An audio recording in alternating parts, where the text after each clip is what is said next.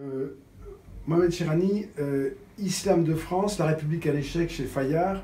Vous y évoquez, dans ce dernier livre que vous venez de publier, vous évoquez dans une formule énigmatique que l'on aimerait voir expliquer ou expliciter, une religion de passage. Quelle est la signification que vous donnez à cette formule? Donc en fait, c'était au début une religion de passage.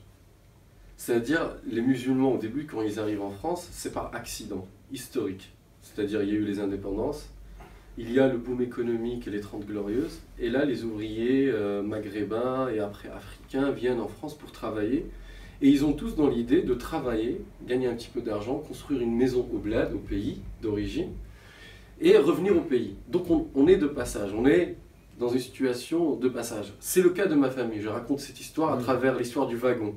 Parce que mon père était ouvrier des chemins de fer, et on vivait dans un wagon. Et on déménageait tous les 3 et 4 mois. Et il y avait un wagon mosquée.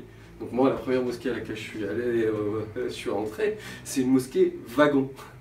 Et c'est pour faire aussi le lien avec ce qu'on appelle l'islam des caves, l'islam de transition, l'islam de passage. Et c'est pour ça que souvent l'islam était regardé comme étranger, parce qu'il était de passage. Mais tout ça a changé il y a une trentaine d'années. C'est-à-dire quand les gens se sont dit, c'est bon, on s'installe, et les nouvelles générations sont nées, ils sont français, et ils ne vont pas retourner au bled comme voulaient leurs parents. Donc en fait, c'est pour ça qu'au début, c'était un islam de passage. Mais aujourd'hui, l'islam est devenu la deuxième religion française. Et c'est pour ça qu'il faut changer de logiciel et de logique, et sortir de cet islam consulaire, cet islam géré par les pays d'origine. Islam de passage, on comprend bien cette formule. Et dans votre livre, à un moment donné, vous dites, vous passez assez, je dirais, voilà, vous ne vous apesantissez pas, mais c'est très beau et c'est très fort. Vous parlez de la famille de votre grand-père, dont certains membres sont morts pour la France.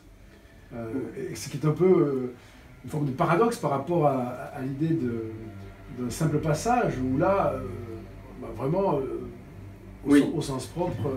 Oui, en fait, je parlais du frère de mon grand-père, voilà. Ahmed Chirani, mort à 20 ans pendant la Première Guerre mondiale.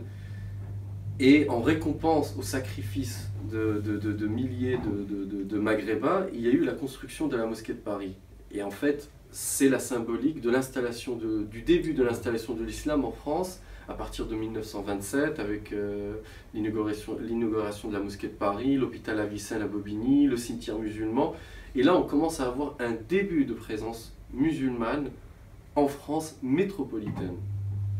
Et c'était censé être une religion de passage, mais que, je le répète, aujourd'hui, deuxième religion du pays, en pleine transition. C'est pour ça qu'on passe par cette crise, je dirais, cette crise de transition générationnelle.